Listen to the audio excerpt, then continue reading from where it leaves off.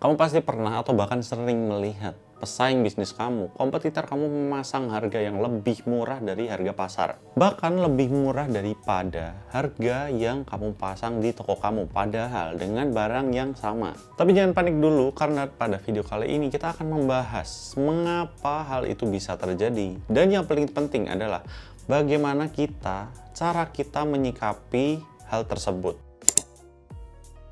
Kompetitor bisa melakukan hal tersebut bukan berarti mereka asal banting harga. Bisa saja mereka melakukan strategi yang namanya cost leadership. Nah, pertanyaannya, apa itu cost leadership? Cost leadership ini adalah strategi di mana bisnis fokus jadi yang paling efisien secara biaya, supaya bisa jual produk dengan harga paling rendah di pasar, tetapi tetap mendapatkan keuntungan dari penjualan tersebut. Artinya, pertama, biaya produksi ditekan. Yang kedua, proses dibuat super efisien. Yang ketiga, walaupun marginnya tipis, tapi volume penjualannya membesar.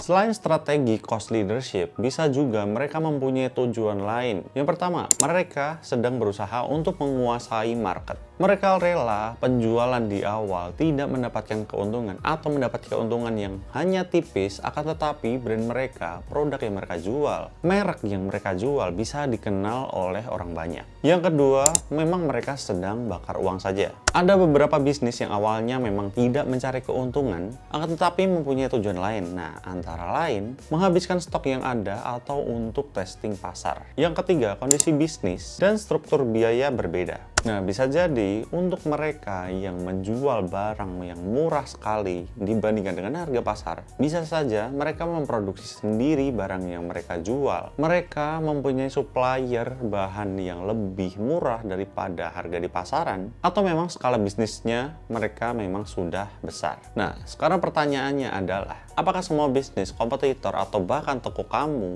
harus ikut banting harga? Jawabannya adalah tidak. Kalau posisi bisnis kamu sekarang ada di tahap berkembang, dan apabila kamu mengikuti ritme mereka yang dimana kita tidak tahu dapur mereka seperti apa, yang ada ketika kita ikut banding harga, yang ada adalah sama saja kita bunuh diri atau membunuh bisnis yang kita jalankan itu sendiri. Nah, untuk mengatasi atau untuk mengantisipasi hal ini terjadi, ada beberapa cara atau strategi yang bisa kalian lakukan.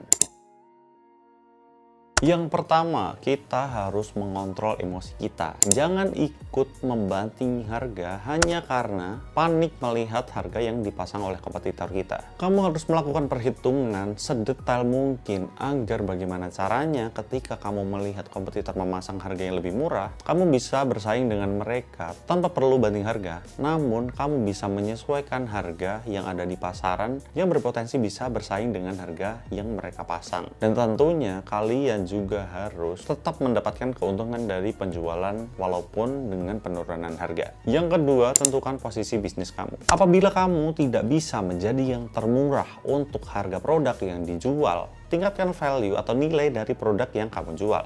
Jangan hanya fokus ke harga saja. Karena pada dasarnya, kebanyakan orang atau customer atau calon pembeli kamu, mereka akan rela membayar lebih demi kualitas barang yang mereka dapatkan. Kamu harus tahu apa kelebihan produk kamu dan alasan kenapa mereka, calon pembeli kamu ini harus membeli produk yang ada di toko kamu. Nah, ini bisa dari segi packaging, kualitas, diferensiasi produk, pelayanan, branding, kecepatan pengiriman, yang dimana itu semua akan berujung pada pengalaman menyenangkan si pembeli di toko kamu. Yang selanjutnya, edukasi market atau target pasar kamu. Jangan cuma bilang lebih murah atau lebih berkualitas, tapi jelaskan mengapa produk yang kamu jual, produk yang kamu sediakan untuk mereka, layak untuk mereka beli, layak untuk mereka belanjakan uang mereka untuk produk yang kamu jual. Misalkan, produk ini memakai bahan X dengan proses Y dan hasilnya Z. Karena pada dasarnya pembeli tidak hanya membeli suatu barang hanya berdasarkan harga, tapi mereka juga mempertimbangkan penjelasan dari toko yang mereka kunjungi. Jadi kesimpulannya, apabila kamu menemukan kompetitor dengan harga yang lebih murah, mereka banding harga, jangan panik dulu.